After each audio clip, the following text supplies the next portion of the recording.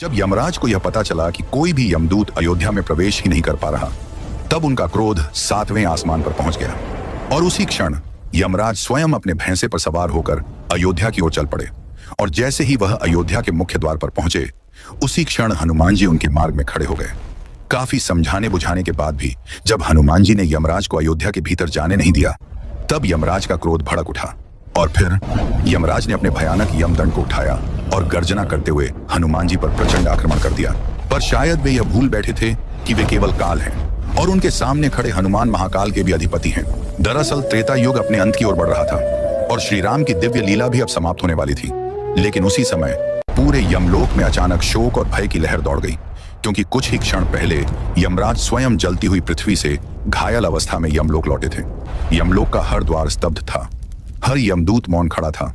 कोई भी यह समझ नहीं पा रहा था कि यह सब कैसे हुआ। जिस यमराज के नाम से समय स्वयं कांपता है, उन्हें घायल करने का साहस आखिर किसने किया? वह कौन सा पृथ्वीवासी था जो मृत्यु के देवता से भी अधिक शक्तिशाली निकला? असल में यह सब कुछ ही दिन पहले घटित हुआ था। यमलोक के दरबार में यमराज और चित्रगुप्त के बीच एक अत्यंत गंभीर विवाद छिड़ गया था। चित्रगुप्त ने भारी स्वर में कहा, भगवान, वह समय आ चुका है जब आपको स्वयं श्री राम से निवेदन करना होगा कि वे पृथ्वी की लीला को विराम दें। लेकिन इसमें एक बहुत बड़ी बाधा है। यमराज ने कठोर दृष्टि से देखते हुए पूछा, चित्रगुप्त, वह बाधा क्या है? स्पष्ट शब्दों में कहो। तब चित्रगुप्त बोले, भगवान, कई वर्षों से एक भी यमदूत अयोध्या में प्रवेश नहीं कर पाया है। इसी कारण अयोध्या में किसी भी मनुष्य की मृत्यु संभव नहीं हो पा रही। यदि आपको विश्वास न हो तो स्वयं यमदूतों से पूछ लीजिए। जब यमराज ने यमदूतों को बुलाकर प्रश्न किया तो उन्होंने कांपती हुई आवाज में कहा, जैसे ही हम अयोध्या के समीप पहुंचते हैं, वहां द्वार पर पहरा देने वाले एक वानर के शरीर से ऐसा तेजस्वी दिव्य प्रकाश प्रकट होता है कि वह हमारे शरीर पर पड़ते ही हमें जलाने लगता है और उसी क्षण हम आगे बढ़ने में असमर्थ हो जाते हैं।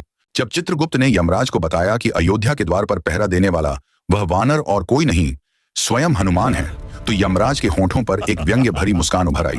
वे हंस पड़े और उपहास करते हुए बोले, तुम लोग हनुमान से इतने भयभीत क्यों हो? यदि मैं चाहूं तो किसी का भी अंत कर सकता हूं, फिर वह हनुमान किस गिनती में है? इतना कहकर यमराज ने एक पल भी देर न की। वे अपने भैंसे पर सवार हुए और सीधे अयोध्या की ओर प्रस्थान कर गए। लेकिन जैसे ही यमराज अयोध्या के मुख्य द्वार पर पहुंचे, उसी क्षण उनके मार्ग में स्वयं पवन पुत्र हनुमान खड़े दिखाई दिए।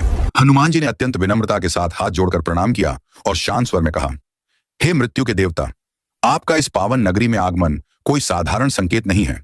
कृपया बताइए, आप किस उद्देश्य से यहाँ पधारे हैं? हनुमान की इस नम्रता के उत्तर में यमराज का स्वर और अधिक कठोर हो उठा। अहंकार से भरे शब्दों में उन्होंने कहा, हनुमान,